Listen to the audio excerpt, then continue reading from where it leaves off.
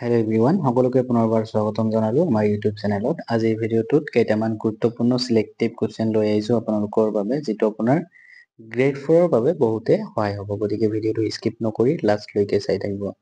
So আজি ভিডিঅ'ৰ first কোৱেশ্চনটো সুধিছে, ৰেড ক্ৰছ দিৱস কেতিয়া পালন কৰা হয়?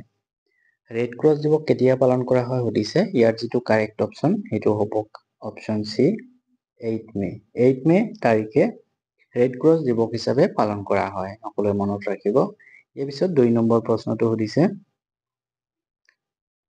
2 নম্বৰ প্ৰশ্নটো সুধিছে, কোন বছৰত অসম মহিলা আয়োগ গঠন কৰা হৈছিল? অসম মহিলা আয়োগ গঠন কৰা হৈছিল কোন বছৰত সেইটো সুধিছে। ইয়াৰ কাৰেক্ট যিটো অপচন সেইটো হ'ব অপচন বি, 1993 চনত। 1993 চনত অসম মহিলা আয়োগ গঠন কৰা হৈছিল। ইয়াৰ পিছত আমাক সুধিছে 3 নম্বৰ প্ৰশ্নটো। 3 নম্বৰটো কি দি আছে, ভাৰতৰ প্ৰথম সবাক চলচ্চিত্ৰখনৰ নাম কি? ভাৰতৰ যি প্ৰথম সবাক চলচ্চিত্ৰ সেইখনৰ নাম সুধিছে।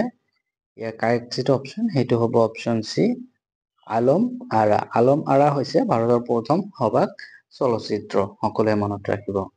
ইয়াৰ পিছত আমাক সুধিছে 4 নম্বৰ প্ৰশ্নটো। 4 নম্বৰটো সুধিছে, বিজুলী বাতিৰ আৱিষ্কাৰক কোন? যি বিজুলী বাতিৰ যে আৱিষ্কাৰক আছিলে সেইজন কোন আছিল?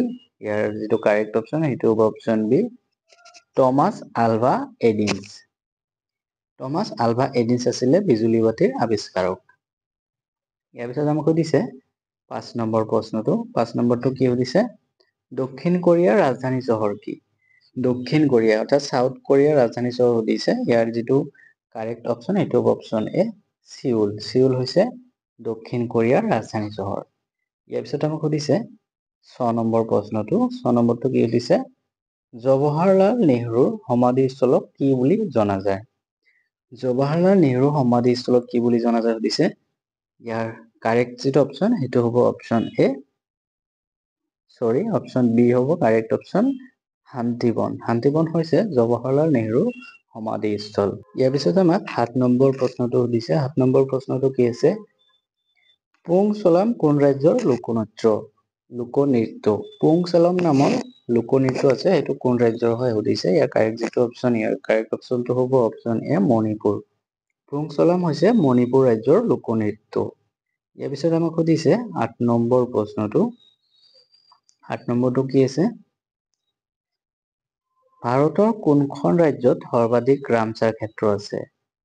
সৰ্বাধিক ৰামচাৰ ক্ষেত্ৰ থকা ভাৰতৰ কোনখন ৰাজ্য এইটো সুধিছে। ইয়াৰ কাৰেক্ট যিটো অপচন সেইটো হ'ব অপচন ডি, তামিলনাডু। তামিলনাডুত ভাৰতৰ সৰ্বাধিক যিটো ৰামচাৰ ক্ষেত্ৰ তামিলনাডুত আছে, সকলোৱে মনত ৰাখিব।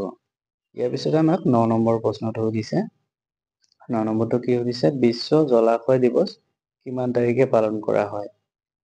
বিশ্ব জলাশয় দিৱস কিমান তাৰিখে পালন কৰা হয় সুধিছে। ইয়াৰ কাৰেক্ট যিটো অপচন সেইটো হ'ব অপচন এ, 2 ফেব্ৰুৱাৰী। 2 ফেব্ৰুৱাৰী তাৰিখে বিশ্ব জলাশয় দিৱস পালন কৰা হয়। ইয়াৰ পিছত আমাক সুধিছে 10 নম্বৰ প্ৰশ্নটো। 10 নম্বৰটো কি আছে, সংবিধানৰ কোনটো অনুচ্ছেদৰ অধীনত ভাৰতৰ যিকোনো ৰাজ্যত ৰাষ্ট্ৰপতিৰ শাসন জাৰি কৰা হয়? সংবিধানৰ কোনটো অনুচ্ছেদৰ অধীনত ভাৰতৰ যিকোনো ৰাজ্যৰ ৰাষ্ট্ৰপতিৰ শাসন জাৰি কৰা হয় সুধিছে। ইয়াৰ কাৰেক্ট যিটো অপচন সেইটো হ'ব অপচন চি, অনুচ্ছেদ 356। 356 অনুচ্ছেদত অধীনত ভাৰতৰ যিকোনো ৰাজ্যৰ ৰাষ্ট্ৰপতিৰ শাসন জাৰি কৰা হয়, সকলোৱে মনত ৰাখিব। ইয়াৰ পিছত আমাক 11 নম্বৰ প্ৰশ্নটো সুধিছে। 11 নম্বৰ প্ৰশ্নটো কি আছে, 2023 বৰ্ষৰ অসম বৈভৱ বঁটা কোনগৰাকী ব্যক্তিয়ে লাভ কৰিছে? 2023 বৰ্ষৰ অসম বৈভৱ বঁটা কোনগৰাকীয়ে লাভ কৰিছে সুধিছে। ইয়াৰ কাৰেক্ট যিটো অপচন সেইটো হ'ব অপচন ডি, ৰঞ্জন গগৈ। ৰঞ্জন গগৈয়ে 2023 বৰ্ষৰ অসম বৈভৱ বঁটা লাভ কৰিছে। ইয়াৰ পিছত আমাক সুধিছে 12 নম্বৰ প্ৰশ্নটো। 12 নম্বৰটো কি সুধিছে, 2023 বৰ্ষৰ অসমীয়া সাহিত্যৰ সাহিত্য অকাডেমী বঁটা কোনে লাভ কৰিছে? অসমীয়া সাহিত্যৰ সাহিত্য অকাডেমী বঁটা কোনে লাভ কৰিছে সুধিছে। ইয়াৰ কাৰেক্ট যিটো অপচন সেইটো হ'ব অপচন এ, প্ৰণৱজ্যোতি ডেকা। প্ৰণৱজ্যোতি ডেকাই 2023 বৰ্ষৰ অসমীয়া সাহিত্যৰ সাহিত্য অকাডেমী বঁটা লাভ কৰিছে। ইয়াৰ পিছত আমাক সুধিছে 13 নম্বৰ প্ৰশ্নটো। 13 নম্বৰ প্ৰশ্নটো কি হৈছে, 2023 চনৰ 29 অক্টোবৰত দিল্লী আন্তঃৰাষ্ট্ৰীয় ছুটি ছবি মহোৎসৱত শ্ৰেষ্ঠ এনিমেশ্যন ছবিৰ বঁটা লাভ কৰা ছবিখনৰ নাম কি? শ্ৰেষ্ঠ এনিমেশ্যন ছবিৰ বঁটা লাভ কৰিছে সেই ছবিখনৰ নাম হৈছে অপশ্যন চি লাচিত দা ৱাৰিয়ৰ। এইটো হ'ব কাৰেক্ট। চ' ইয়াৰ পিছত আমাক সুধিছে 14 নম্বৰ প্ৰশ্নটো। 14 নম্বৰ প্ৰশ্নটো কি আছে? 2024 চনৰ অলিম্পিক গেমছৰ মূল মন্ত্ৰ কি? 2024 চনৰ যে অলিম্পিক গেম হৈ গৈছে সেইটোৰ মূল মন্ত্ৰ কি আছিলে সুধিছে। ইয়াৰ যিটো কাৰেক্ট অপশ্যন সেইটো option B Games Wide Open. Games Wide Open এইটো হৈছে 2024 চনৰ অলিম্পিক গেমছৰ মূল মন্ত্ৰ। ইয়াৰ পিছত আমাক সুধিছে 15 নম্বৰ প্ৰশ্নটো। 15 নম্বৰটো সুধিছে 2024 চনৰ পেৰিছ অলিম্পিকত ভাৰতৰ কিমানজন খেলুৱৈয়ে প্ৰতিনিধিত্ব কৰিছে? ভাৰতৰ পৰা কিমানজন খেলুৱৈ প্ৰতিনিধিত্ব কৰিছে সুধিছে।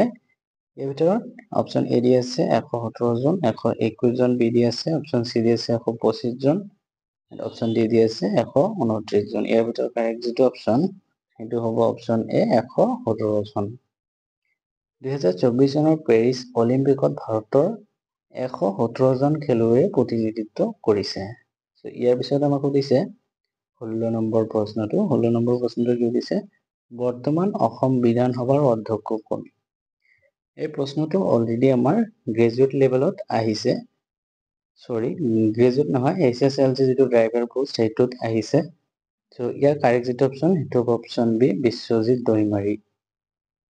বৰ্তমান অসম বিধানসভাৰ অধ্যক্ষ হৈছে বিশ্বজিৎ দৈমাৰী। ইয়াৰ পিছত আমাক 17 নম্বৰ প্ৰশ্নটো সুধিছে। 17 নম্বৰ প্ৰশ্নটো কি আছে? বৰ্তমান অসমৰ মুঠ জিলা কেইখন? এইটো প্ৰায়ে সুধি থাকে, বিভিন্ন ধৰণৰ কম্পিটিটিভ এক্সামত সুধি থাকে অসমৰ মুঠ জিলা কেইখন। ইয়াৰ কাৰেক্ট যিটো অপশ্যন সেইটো হ'ব অপশ্যন ডি 35খন। অসমৰ মুঠ জিলা 35খন, সকলোৱে মনত ৰাখিব। ইয়াৰ পিছত আমাক সুধিছে 18 নম্বৰ প্ৰশ্নটো। অসমৰ বিখ্যাত পথৰুঘাটৰ ৰণ কোন চনত হৈছিল?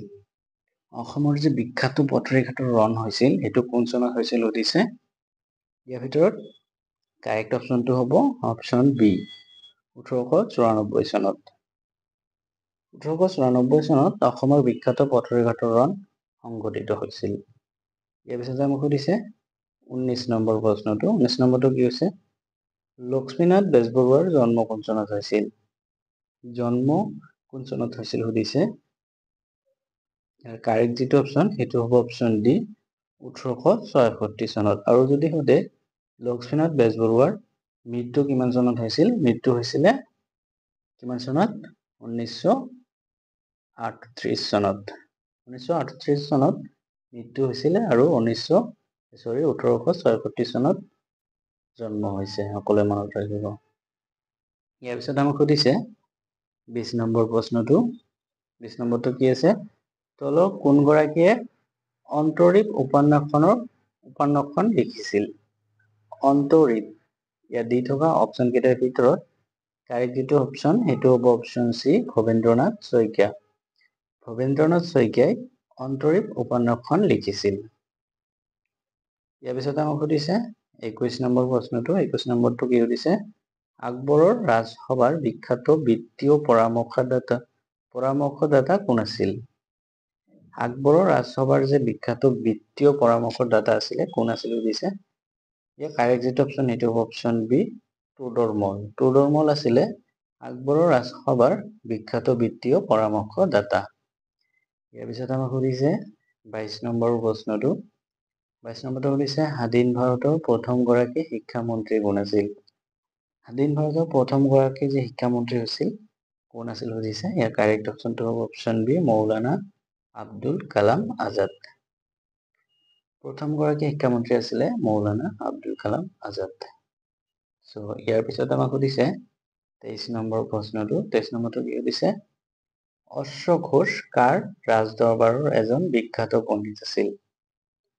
অশ্ব ঘোষ নামৰ এজন ব্যক্তি আছিল, এইটো কাৰ ৰাজদৰবাৰৰ এজন বিখ্যাত পণ্ডিত আছিল সুধিছে। ইয়াৰ কাৰেক্ট যিটো অপশ্যন সেইটো হ'ব অপশ্যন এ কনিষ্ক। অশ্ব ঘোষ আছিলে কনিষ্কৰ ৰাজদৰবাৰৰ এজন বিখ্যাত পণ্ডিত। ইয়াৰ পিছত আমাক সুধিছে 24 নম্বৰ প্ৰশ্নটো। 24টো কি হৈছে? বিশ্ব ঐতিহ্য দিৱস কিমান তাৰিখে পালন কৰা হয়? বিশ্ব ঐতিহ্য দিৱস কিমান তাৰিখে পালন কৰা সুধিছে। ইয়াৰ ভিতৰত কাৰেক্ট যিটো অপশ্যন সেইটো হ'ব অপশ্যন ডি 18 এপ্ৰিল। 18 এপ্ৰিল তাৰিখে বিশ্ব ঐতিহ্য দিৱস হিচাপে পালন কৰা হয়। ইয়াৰ পিছত আমাক সুধিছে 25 নম্বৰ প্ৰশ্নটো। এইটো কি সুধিছে, বিশ্ব কেঞ্চাৰ দিৱস কিমান তাৰিখে পালন কৰা হয়। কেঞ্চাৰ দিৱস সুধিছে। কেঞ্চাৰ দিৱস পালন কৰা হয় 4 ফেব্ৰুৱাৰী। 4 ফেব্ৰুৱাৰী তাৰিখে বিশ্ব কেঞ্চাৰ দিৱস হিচাপে পালন কৰা হয়। ইয়াৰ পিছত আমাক সুধিছে 26 নম্বৰ প্ৰশ্নটো। এতিয়া কি কৈছে, ৰাজীৱ গান্ধী আন্তঃৰাষ্ট্ৰীয় বিমানবন্দৰ ক'ত অৱস্থিত। ৰাজীৱ গান্ধী যি আন্তঃৰাষ্ট্ৰীয় বিমানবন্দৰখন ক'ত অৱস্থিত সুধিছে। এই কাৰেক্ট অপশ্যনটো হ'ব অপশ্যন বি হায়দৰাবাদ। হায়দৰাবাদত ৰাজীৱ গান্ধী আন্তঃৰাষ্ট্ৰীয় বিমানবন্দৰখন অৱস্থিত। ইয়াৰ পিছতে আমাক সুধিছে 27 নম্বৰ প্ৰশ্নটো। সেইটো কি সুধিছে, অসমীয়া সাহিত্যৰ ৱাল্টাৰ স্কট বুলি কাক আখ্যা দিয়া হয়। ৱাল্টাৰ স্কট বুলি কাক আখ্যা দিয়া হয় অসমীয়া সাহিত্যৰ, সেইটো সুধিছে। ইয়াৰ কাৰেক্ট যিটো অপশ্যন সেইটো হ'ব অপশ্যন এ ৰজনীকান্ত বৰদলৈ। ৰজনীকান্ত বৰদলৈক অসমীয়া সাহিত্যৰ ৱাল্টাৰ স্কট বুলি আখ্যা দিয়া হয়। ইয়াৰ পিছত আমাক সুধিছে 28 নম্বৰ প্ৰশ্নটো। এইটো কি কৈছে, নৱগ্ৰহ মন্দিৰটো কোন চনত নিৰ্মাণ কৰা হৈছিল। নৱগ্ৰহ মন্দিৰ যে আছে সেইটো কোন চনত নিৰ্মাণ কৰা হৈছিল সুধিছে। ইয়াৰ কাৰেক্ট অপশ্যনটো হ'ব অপশ্যন বি 1752 চনত। 1752 চনত নৱগ্ৰহ মন্দিৰটো নিৰ্মাণ কৰা হৈছিল। ইয়াৰ পিছত আমাক সুধিছে 29 নম্বৰ প্ৰশ্নটো। এইটো কি সুধিছে, উত্তৰ পূৰ্বাঞ্চলৰ বিজ্ঞান আৰু ঔদ্যোগিক গৱেষণা পৰিষদ আঞ্চলিক পৰীক্ষাগাৰ অসমৰ ক'ত অৱস্থিত। উত্তৰ পূৰ্বাঞ্চলৰ যি বিজ্ঞান আৰু ঔদ্যোগিক গৱেষণা পৰিষদৰ এটা আঞ্চলিক পৰীক্ষাগাৰ আছে সেইটো ক'ত অৱস্থিত সুধিছে অসমৰ। এইটো হৈছে অপশ্যন এ। কাৰেক্ট অপশ্যনটো হ'ব অপশ্যন এ যোৰহাট। যোৰহাটত অৱস্থিত। ইয়াৰ পিছত আমাক সুধিছে 30 নম্বৰ প্ৰশ্নটো। আজিৰ ভিডিঅ'ৰ লাষ্ট প্ৰশ্ন। বদৰপুৰ উত্তৰ পূব ৰেলৱে এটা বৃহৎ জংচন। ই অসমৰ কোনখন জিলাত অৱস্থিত। বদৰপুৰ নামৰ এটা জংচন আছে, ৰেলৱে জংচন। ই অসমৰ কোনখন জিলাত অৱস্থিত সুধিছে। ইয়াৰ কাৰেক্ট যিটো অপশ্যন সেইটো হ'ব অপশ্যন বি কৰিমগঞ্জ। বদৰপুৰ উত্তৰ পূব ৰেলৱে এটা বৃহৎ জংচন, এইটো কৰিমগঞ্জ জিলাত অৱস্থিত। সকলোৱে মনত ৰাখিব। চ' আজিৰ ভিডিঅ'টোত ইমানেই। ভিডিঅ'টো যদি ভাল পাইছে নিশ্চয় এটা লাইক কৰিব। আৰু এতিয়ালৈকে যদি আপুনি আমাৰ চেনেলটো ছাবস্ক্ৰাইব কৰা নাই, অনুগ্ৰহ কৰি ছাবস্ক্ৰাইবটো কৰি ল'ব আৰু আপোনাৰ বন্ধু বান্ধৱীৰ সৈতে শ্বেয়াৰ কৰি দিব। চ' আজিলৈকে ইমানেই। থেংকছ ফৰ ৱাচিং।